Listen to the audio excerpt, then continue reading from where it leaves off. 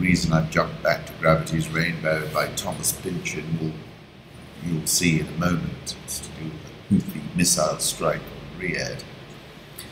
But it was Gravity's Rainbow and Bleeding Edge, I consider his best books. If they can get you asking the wrong questions, they don't have to worry about the answers, which is an important point. We live lives that are waveforms, constantly changing with time, now positive, now negative, only at moments of great serenity. Is it possible to find the pure, the information-less state of signal zero?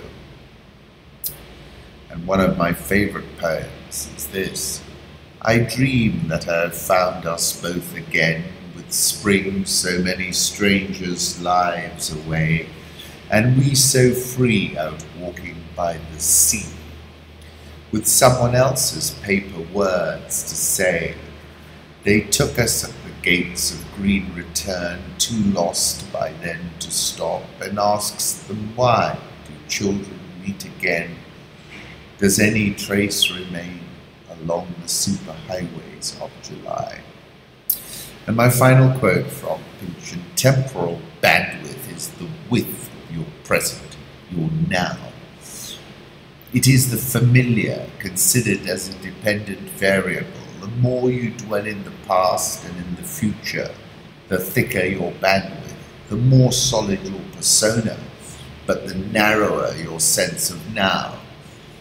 The more tenuous you are, it may get to where you're having trouble remembering what you were doing 5 minutes ago, or even as Slothrop now, what you're doing here. Political reflections: a ballistic missile is seen after it was fired towards the Saudi capital of Riyadh. Houthi movement's war media handout. Fired toward the Saudi capital of Riyadh from an undisclosed location in the Yemen. In this handout photo released December 19, 2017 by the Houthis movement's war media. That took me back to a screaming came across the sky, and Gravity's Rainbow, 1973 novel from which I was quoting earlier by Thomas Pynchon, which is about the design, production and dispatch of V-2 rockets by the German military. In particular, it features the quest undertaken by several characters to uncover the secret of a mysterious device named the Schwarz Gerät, the black device, slated to be installed in a rocket with the serial number 00000. I was asking about Pyongyang. As the world watches Pyongyang, I cannot help wondering if Kim Jong-un has read Pynchon, which speaks of a screaming comes across the sky. This Yemeni rebel ballistic missile was intercepted over Riyadh. Its target was the Houthis' Al-Masirah TV said the missile targeted a meeting of Saudi leaders at the AlYamama Palace. And if you're interested in what it looks like, this is the royal Diwan at the AlYamama Palace in Riyadh. 13th of November, I wrote a piece about the Saudi Crown Prince. And I said he arrived on the scene and immediately launched an unwinnable war in the Yemen.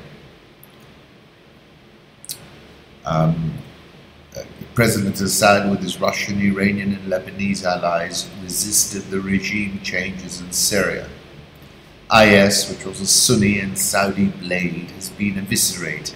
Iraq, which was once firmly in the Saudi camp, is now aligned with Iran completely. Qatar is lost. See the Intercept article, which refers to a plan headline, "Control the Yield Curve, Decide the Future." A plan to construct the Big Short on Qatar. The Crown Prince of Abu Dhabi should have spoken to me, because I could have told them how to do it. Because I was on the end of such a big short. Saudi Arabia and its allies UAE, Bahrain, Kuwait are caught in an ever-tightening sheer pincer. The paranoia in the palaces in Saudi Arabia is real and existential. It's a lot realer now, after that missile got intercepted. And what is also clear is that Bibi Netanyahu, MBZ, Crown Prince of Abu Dhabi, Jared Kushner, and a Trump carte blanche have all leveraged this existential paranoia to effect not a state capture but a kingdom capture. The Guptas were a precursor for this particular capture. The existential paranoia in the head of a 32-year-old wannabe king is evidenced in this comment about Iran in May this year. How can I communicate with them while they prepare for the arrival of al-Mahdi al-Montazar and not the Salvatore Mundi?